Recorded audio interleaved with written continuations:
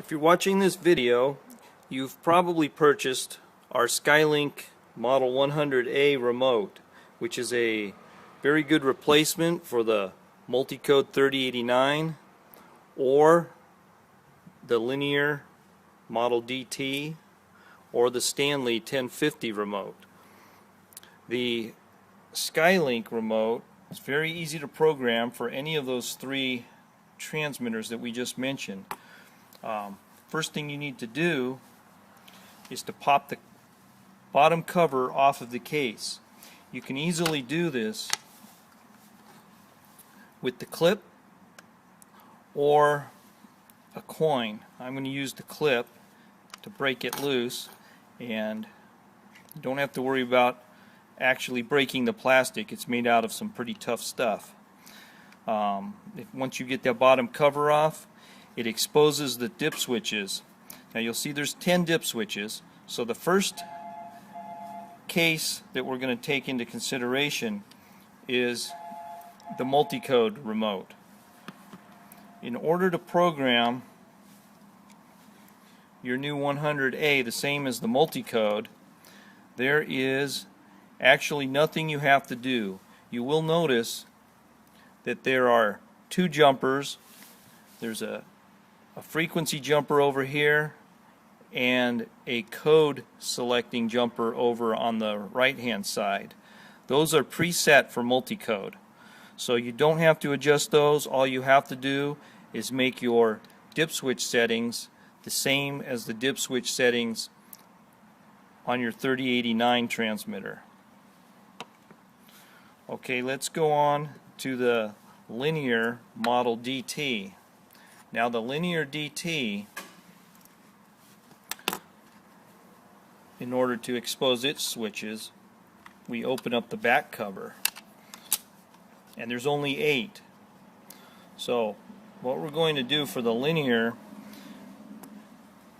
we're going to move the frequency jumper, which right now is only covering one pin, and we want the frequency jumper to cover both pins. So now I have selected the 310 frequency that the Linear Model DT transmitter functions on. Furthermore, we don't need to use all 10 dip switches, so we're going to move the code selector from the 10 pin setting, which is labeled S inside of the Skylink transmitter. We're going to move it down to the bottom 2 pins and just cover those bottom 2 pins up. Okay, now that setting has just made it so that dip switch number 9 and 10 are inactive, and we're only using the first 8. So now you're set up for a Linear DT transmitter, and you just again match the switches inside to the same as the ones on your linear transmitter. Okay, lastly we have a Stanley remote. If you have the Stanley, you take the side cover off, and that exposes 10 dip switches. So with the Stanley, we want to set the code jumper back into the 10 position mode, and that would be the top 2 pins out of the 3 pins. Sets us back so that we're using all of the code switches. The frequency jumper will remain in place on both pins because we're using the 310 frequency, and that's how you set it up for a Stanley.